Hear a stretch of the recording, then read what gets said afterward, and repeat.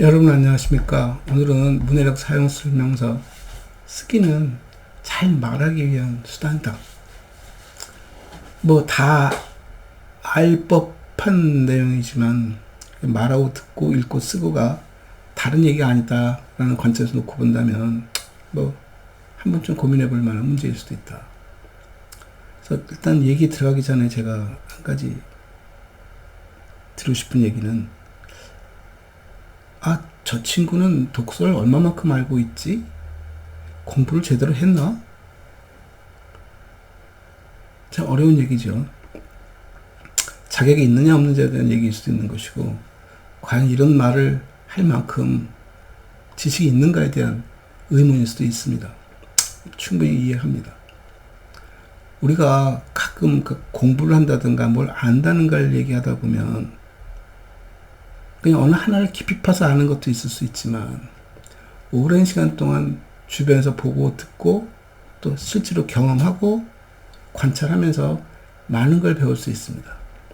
특히 독서에 대한 얘기들은 저는 솔직히 말씀드리면 교과서적 내용들을 그닥 신뢰하지는 않습니다. 교과서의 내용이 틀렸다는 것이 아니라 교과서의 내용들이 상당히 너무 좀 아웃 오브 데이트 되었다는 생각이 들어서 좀 그렇게 생각합니다. 우리가 무엇을 배울 때는 하나하나 차근차근 쌓아가면서 경험이 되고 경험이 축적되어서 하나의 지식으로 성장할 필요가 있는데 어떤 문명사회가 이렇게 사회 구조가 이렇게 급변하는 속에서 그런 시기를 놓친, 그런 시대를 놓쳐버린 사회도 있을 수 있습니다. 우리나라가 전 대표적인 그런 사회라고 봅니다. 오랜 시간 동안에 단절되어지고 국제 경쟁력에서 상당히 뒤처져 있던 사회가 더군다나 남의 침략 속에서 30몇 년을 보내면서 억압되어 살다가 해방되고 전쟁을 겪고 나서 소위 문명화되어 가고 좀 성장하고 하는 과정 속에서 많은 것들을 희생하고 많은 것들을 받아들였죠. 그래서 전통에 대한 얘기들도 상당히 불편한 얘기들을 많이 할 수 있고 개발에 대한 얘기를 하면서도 우리는 항상 팔로워, 베스트 팔로워, 쫓아가는 사람이라는 얘기, 따라쟁이라는 얘기들을 많이 하는데 크게 틀린 말은 아닙니다. 그러다 보니까 우리가 가르치는 교육에 있어서도 갖고 있는 지식들이 우리가 갖고 있는 스킬, 약간 공학적인 것이 상당히 크고 그 공학적인 것들도 우리 경험 속에서 나온 것이 아니라 외부에서 들어온 것들을 우리가 강제로 집행하고 만들어가는 과정들. 교육제도도 마찬가지고요. 대학에 있는 많은 학과들이 그렇게 성장했습니다. 오래된 학문을 다룸에도 불구하고 그 구조와 방법들은 여전히 신세대의 것이고 그 신세대의 것들도 방법만 들어온 것이 아니라 내용조차도 상당히 많이 펼쳐졌죠. 인터넷이 발전할 때도 그 비슷한 걱정을 제가 한번 해봤습니다. 인터넷이 성장하고 인터넷을 잘 쓰는 기술자들이 활동하다 보면 인문학자들의 많은 지식자원들이 왜곡될 수 있겠다. 그리고 이것이 잘못 전달되어져서 주객이 바뀔 수도 있겠다. 그런 문제들이 상당히 크게 부각되고 있는 것 같습니다. 굳이 이런 말씀을 드리는 것은 우리가 무엇을 관찰하고 직관적으로 표현하고 실험해보고 경험해보고 하는 것이 굉장히 중요한데 우린 그 많은 것들을 생략한 채 굉장히 교과서적으로 제가 거꾸로 물어보고 싶습니다. 당신은 그것을 실천해 보았는가? 실제로 그걸 작동해 보면서 그 결과에 대해서 얼마만큼 이해하고 있는가? 그래서 제가 독서에 관련된 논문들을 훑어보다 보니까 조금 걱정스러운 많은 것들이 설문에 의지하고 있습니다. 누가 저한테 뭔가를 물어보면 저는 제 솔직한 심정을 말하기보다 내 위치에서 이런 말을 해야 하지 않을까? 이렇게 전달하는 게 내가 덜 부끄럽고 떳떳하게 보이고 동질성을 갖는다고 생각하지 않을까 하는 대목이 많죠. 그래서 가끔 제가 학생들 비판할 때 예전에 그런 얘기도 나왔습니다. 어떤 서비스를 하나 개발하는데 그런 서비스를 제안을 합니다. 이 제안된 서비스가 그냥 일반적인 논리 속에서 캐릭터, 만화 캐릭터를 우리가 도서관 서비스에다가 응용해서 내비친다면 아이들이 좋아할까에 대한 얘기를 하는 거죠. 그렇게 설문을 합니다. 그렇게 해주면 좋아할까? 상당히 긍정적이죠. 그래서 제가 물어봅니다, 그 학생한테. 그럼 네가 그 캐릭터를 직접 만들어서 실천해 보았는가? 안 해봤답니다. 심지어 어떤 친구는 문학관에 대한 것을 논문으로 쓰는데 제가 물어봤습니다. 문학관 하나라도 가봤느냐? 안 가봤답니다. 그런데 문학관이라는 것이 소개되어진 글들, 문학관이 갖고 있는 일반적인 개념 정리들, 그것과 도서관의 관계들, 박물관의 관계들 속에서 새로운 도서관을, 새로운 박물관을, 새로운 문학관을 설계하고 업데이트하고 필요하다면 거기에 따라서 설문을 했다. 그래서 이런 식의 설문은 차라리 안 하는 게 낫지 않을까라는 생각도 해보고 합니다. 그래서 약간 좀 얘기가 길어졌는데 제가 하고 싶은 얘기는 말하고 듣고 쓰고 읽기에 대한 얘기를 하다 보면 말한다는 것은 상당히 많은 연습이 필요한 겁니다. 그 연습은 책을 읽었다고 해서 되는 것만은 아닙니다. 지난번에 한번 얘기했지만 책을 읽었으면 그 속에서 내가 인상 깊게 읽었던 대목들을 인용하는 작업이 필요하고 그 인용하는 작업을 내가 한 번 더 읊조려주는 쓰기 작업이 필요하다는 거죠.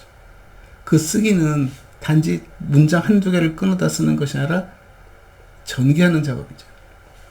학생들이 논문을 쓸 때도 똑같은 일이 발생합니다. 논문을 쓰지 않고 자기 논문의 내용을 말하기를 제가 시켜봅니다. 어렵죠. 왜냐하면 적절한 용어를 못 찾습니다. 어휘를. 그러니까 남이 했던 말을 그대로 옮겨가면서 자기는 자기 논문을 써야 하는데 자기 논문이 안 나오는 거죠. 근데 재밌는 것은 제가 제목은 말하기는 쓰기는 말하기 위한 아주 좋은 수단이고 방법이라고 했는데 그 쓰기라는 작업이 어떻게 하는 것을 쓰기라고 생각하니? 라는 얘기를 하는 거지. 이 쓰기가 자기 글을 많이 쓰는 작업, 그게 제일 중요한 작업입니다만 처음에 쓰기 작업은 아까 말한 따라하기 작업이 필요하다는 거예요. 다른 사람의 글을 읽었을 때 그 글에 나온 문장들을 자기가 되짚어보는 작업들. 끝없이 되짚어보면서 피드백을 받고 자기의 말과 섞어서 씀으로써 말을 교정하는 작업이죠. 그 작업을 수차 반복하다 보면 이제 그때는 그게 쓰기 작업이라고 저는 보는 이유가 그렇게 되다 보면 자기 글이 나오기 시작하고 자기 말이 나오면서 쓰기 작업 이게 시간상에 약간 차이는 있을지 모르지만 거의 동시에 일어날 수 있는 일이 된다는 거죠. 그래서 제가 학생들한테는 뭐라고 얘기를 하냐면 논문 한 편을 쓰려면 머릿속에서 논문 100편을 써봐 라고 얘기를 합니다. 논문 100편을 어떻게 씁니까? 먼저 네가 글을 하나 읽었을 때 그 글을 읽었으면 이 글에 상상력을 동원해서 이 글을 네가 머릿속에서 나라면 이렇게 쓸 거야. 나는 이런 글을 쓰고 싶어. 여기서 발전시키거나 여기서 이런 글을 쓰고 싶어 하면서 거의 이 사람이 했던 내용들을 많이 인용해가면서 글을 씁니다.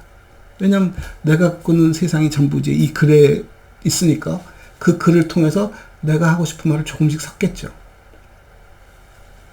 그렇게 해서 자기 글을 만들어보는 작업을 합니다. 그걸 말로 떠들던 글을 쓰던 그 작업을 한번 갖습니다.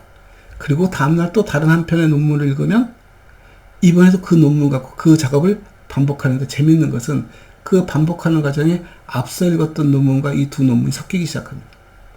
그래서 여기에 나왔던 많은 글들이 들어와서 자기 글이 됩니다. 그리고 또 논문을 읽고 또 자기 글을 만들고 또 논문을 읽고 또 자기 글을 만들고 그렇게 100번만 반복하면 마지막에는 자기 글만 남아 있습니다. 이 글 안에는 인용되어진 부분이 몇 개 없음에도 불구하고 글이 논리적으로 잘 전개되어 있다는 얘기죠. 그럼 그게 그대로 쓰기 작업으로 이어지는 것이고 그 쓰기 작업으로 이어진다는 것은 결국 내 말을 할 수 있는 단계가 됐다는 얘기죠. 그러니까 쓰기는 말하기 위한 수단이라는 얘기가 이 쓰기가 꼭 종이에다 쓰는 것이 아니라 타이핑하는 것이 아니라 내 머릿속에서 끝없이 반복해가면서 편집하고 수정하고 하는 작업들이, 교정하는 작업들이 끼어있다는 얘기를 드리는 겁니다. 그렇게 논문 100편을 쓴 다음에 논문 1편을 써라. 그러니까 쓰는데, 최종적으로 논문을 쓰는데 급급해하지 말아라 하는 얘기를 드리는데, 학생들은 대부분 논문을 쓰겠다는 제목을 정하고 그 제목에 따라서 관련된 논문들을 찾아서 읽어가면서 바로 쓰기 시작합니다. 가져다 막 붙이는 거죠. 그러니까 어떤 일이 보냐면 자기가 읽은 글들이 전부 다 좋아 보이는 거예요. 그 이상의 표현이 없는 것 같고 그 이상의 어떤 논리도 안 나올 것 같고, 그러다 보니까 다른 글들을 계속 짜깁기만 해가지고 한 편을 만들고 나서도 읽어보면 무슨 말인지 잘 모르겠고, 네 목소리는 어디 갔니? 라고 물어봤을 때 자기 목소리가 전혀 존재하지 않는 글이 된다는 것이죠. 그래서 그 단계를 거꾸로 좀 체계화시켜서 글을 하나 읽으면 네 논문 하나 써라. 그러니까 논문 하나 쓰는 작업을 읽고 쓰고를 반복하라는 얘기를 하는 거거든요. 그러니까 우리가 독서를 하고 책을 읽는다는 행위를 하고 100권을 읽은다면서 사람을 만나라는 얘기가 아니라 하나를 읽으면 하나를 그대로 자기 일상에서 표현하는 데 쓰라는 거죠. 관련된 말들을. 어린아이가 엄마한테 말을 배울 때도 똑같이 합니다. 맨날 며칠 얘기를 다 듣고는 정리해서 자기 상황에 딱 맞게 말을 하는 것이 아니라 밑도 끝도 없이 엄마가 했던 말을 따라하기 시작하고 그것이 마디수가 늘어가고 상황이 여러 개 되면서 적절하게 곤란하기 시작하고 자기 상황에 따라서는 자기 표현을 할 때 표현이 안 되면 울기도 하고 때를 쓰기도 하는 거 섞여서 점점 자기 활동 영역도 넓혀가고 자기 표현 방법도 굉장히 다양해지겠죠. 상당히 많은 것들을 엄마한테 배워가겠죠. 친구한테 배워가겠죠. 그걸 모아서 하는 것이 아니라고 전부 단계별로 계속해서 거기에 대한 피드백 작업을 하고 있다는 거예요. 쓰기 작업. 그래서 제가 말씀드리는 쓰기는 글을 잘 쓴다는 의미를 얘기하는 것이 아니라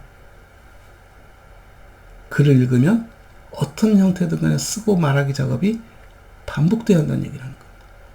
내가 글을 하나 읽었는데 그 속에 좋은 인용문이 있으면 그 말을 되뇌어 보기도 하고 또 그 말을 되뇌면서 내가 하고 싶은 말과 섞였을 때 적절하게 앞뒤 컨텍스트를 이루어가기도 하고, 그러면서 그 표현들이 이제 해체되어지면서 내 말이 되어지겠죠. 의미 전달이 내 말로 해석해지는 작업이 들어가기 시작하고, 그런 단계를 매번 반복해 가다 보면 어느 날은 순전히 내 말만 하고 있겠죠. 어찌 보면 지금 이 강연도 제가 책을 하나 읽고 떠들고 책을 하나 읽고 떠들고 책을 하나 읽고 떠들고 한 것이 모여서 만들어진 강연일 수 있고, 여러분이 아마 이 내용을 들으면 상당 부분은 저거 누가 했던 말 속에도 저 말이 있고 어떤 책에서도 저 말이 나오고 그 논리적으로 크게 다르지 않은데 이 전개되는 내용을 보면 그 사람들의 의견과 그 사람들의 주장과는 다른 어떤 주장을 담고 있을 수 있고 다른 논리적 구조틀을 가진 것처럼 보이겠구나라고 느껴질 거라고 봅니다. 왜냐하면 제가 말을 하는 것들이 제가 제일 굉장히 제 스스로 뭐랄까 굉장히 모순된 말을 하자면 인용하는 걸 제일 싫어합니다. 그 남들이 무슨 말을 했다는 것을 아는 것 자체를 굉장히 싫어합니다. 그래서 제가 소크라테스가 너 자신을 알라라는 말을 했다는 것을 내가 아는 것이 싫다라고 말한 이유는 소크라테스가 말한 너 자신을 알라라는 의미를 제 스스로는 많은 과정 속에서 제가 터득했던 것이고 그 터득한 것을 제가 표현하는데 소크라테스도 그 말 했어 하는 말이 제게는 어떻게 보면 짜증나는 말일 수 있고 시대는 수천 년의 차이가 있을지 모르지만 그 상상력과 그 고민들은 굉장히 독창적일 수 있다는 것을 좀 이해해 줬으면 하는 바람이기도 합니다. 그래서 말하고 쓰기에 대한 얘기는 말씀드린 대로 그게 누적돼서 한꺼번에 쏟아져 나오는 것이 아니라 매 단계에 표현되어야 한다는 것이죠. 그래서 학생들이 글을 쓰고 나면 독후감을 쓰는 것도 중요하지만 상당 기간 동안 그 책과 관련된 내용을 떠들게 하는 것도 굉장히 중요하다는 얘기죠. 그래서 어린아이들에게 책을 읽혀줄 때는 특히 그림책 같은 걸 보여줄 때는 여러 책을 보여주기보다는 한 책을 여러 번 보여주는 것도 굉장히 중요하다고 합니다. 같은 책을 읽고 또 읽고 또 읽고 하면서 그 친구의 상상력을 키워주고 그 친구의 어휘력을 점점 높여주고 그 친구의 그 관계를 이해하고 하는 작업들을 끝없이 키워준 다음에 다른 책을 놓으면 이 친구는 그 장면들과 다음 있는 책들을 막 섞여가면서 굉장히 말 잘하고 글 잘 쓰는 친구가 될 수 있는데 한 번씩 읽고 넘어가면 이 친구에게 남는 건 거의 없다는 거죠. 작가들 보면은 굉장히 많은 글을 읽습니다. 어느 정도 시간이 지난 다음에 많은 글을 읽는다는 건 굉장히 도움이 되는 일입니다. 네, 그 작업이 순간순간 반복되고 있기 때문에 도움이 되는데, 그렇지 않고 처음부터 책을 많이 읽고, 뭐 어려서 책을 많이 읽는 습관을 들이는 거 좋다 그러면서 많은 책을 막 짧은 시간에 읽게 만들면 이 친구는 소화도 되지 않았고 응용력도 떨어지고 무슨 말을 해야 할지 뒤죽박죽이 된다는 거죠. 아까 학생들이, 대학원생들이 논문 쓰는 거와 똑같습니다. 논문 쓰는 친구들이 공부를 한답시고, 죄송합니다, 편히. 논문들 수도 없이 많은 걸 읽어가면서 막 하루에 논문을 대여섯 편씩 읽고 막 이렇게 지나다 보면 이건 공부를 하는 것이 아니라 그 많은 글들이 뒤죽박죽 되어서 무슨 말인지도 모르는 말이 섞여 있다는 거죠. 차라리 한 편의 논문을 읽고 며칠 동안 그 논문을 되새김질하는 작업을 하고, 그 되새김질하는 방법이 내가 쓴 다음 상상력을 동원한 다음 이 논문에다 내가 어떻게 보강하고 이 논문을 이용해서 내가 뭘 쓸까? 굉장히 소박한 꿈부터 키우는 거죠. 그리고 다른 논문을 읽으면 또 그 논문, 이게 중첩이 되어가면서 하나하나씩 소화가 되어지고, 소화된 속에 이게 새 논문이 들어오면서 이게 확장되어지고 내가 소화한 양이 늘어나는데, 그냥 하나하나 쌓아놓으면 그냥 가비지가 한척 쌓이는 거예요. 엄청나게 논문을 많이 읽은 것 같지만 실제로는 아무것도 안 읽은 것과 똑같고, 결국 급하니까 그 속에 있는 인용기들을 막 잡아서 베끼다 보면 내 글이 아닌 남의 글만 나오게 된다는 거예요. 그래서 제가 오늘 드리고 싶은 얘기는, 글을 읽었으면 어떤 형태든 간에 소화시키는 작업이 필요하다. 그게 만약에 소화가 안 되면, 어려우면 몇 번 반복해서 읽는 것도 나쁘지 않다. 그래서 어떤 친구들은 책을 쓸 때 서두에 뭘 쓰냐면, 만약 여러분이 이 책을 읽는데 어려움이 있다면 굵은 글씨, 뭐 색깔 좀 달리해서 뭐 각주라든가 주석 같은 부분을 생략하고 그냥 빠르게 읽어도 상관없습니다. 그래서 글을 쓰는 사람이 독자를 배려해서 글의 뎁스를 달리해서 표현을 달리하고 맥락을 연결할 수 있도록 작업을 한다면, 아마 그게 우리가 인터넷에서 말하는 하이퍼 텍스트의 개념이 들어있는 것이죠. 그래서 읽고, 처음 읽었을 때, 아, 대충 이런 내용이겠구나. 두 번 읽고, 세 번 읽고 하면서 그 사람이 하고 싶은 말도 이해하게 되고, 그 사람이 하는 표현들도, 아, 그래서 이런 표현을 썼구나. 이 표현 참 적절한데? 이렇게 크리틱도 해가면서 쭉 책을 읽다 보면 이 책이 내 책이 되어지고, 내 스스로는 저 책의 저자와 상관없이 내 지식이 그만큼 성장하게 되는 것이고, 그것이 표현으로 그들이 사용했던 어휘가 섞여 나오면서 내 표현력이 굉장히 풍부해지는 것이죠. 그 사람들이 썼던 말을 쓰면 인용이지 아닙니다. 인용은 그 사람의 생각을, 그 사람의 의도와 그 사람의 방법을 가져 쓰는 것이 인용이지, 그 사람이 썼던 어휘를, 물론 특별한 새로 생산된 어휘 같은 건 있죠. 그런 특별한 새로 신조어가 아닌 이상은 어휘들은 누구나 다 쓸 수 있는 도구들입니다. 그걸 어떻게 배열하고 어떻게 섞어 쓰느냐에 따라서 나의 지식의 정도가 달라지는 것이고, 전달 방법이 바뀌는 것이고, 이해도가 서로 다른 거겠죠. 그래서 제가 드리고 싶은 얘기는, 글을 읽었다면 그 읽은 글을 소화시키는 작업, 그 글을 인용하고, 처음에 풀리 인용하겠죠. 단계별로 그 어휘를 사용하기 시작하고 하면서 이 책 하나를 우리가 완전히 내 것을 만들어가는 작업이 필요하다. 그게 쓰기 작업이다. 꼭 글자로 직접 쓰는 것이 아니라 글 되뇌이는 작업이 쓰기 작업이다라고, 쓰기를 좀 확장시키면 그런 연습이 필요하고, 그 연습이 반복되어서 이루어지면 어느 순간은 진짜 말 잘하는 사람이 되어 있다. 글 잘 쓰는 사람이 되겠죠. 그래서 그런 맥락에서 한번 얘기를 해봤습니다. 감사합니다.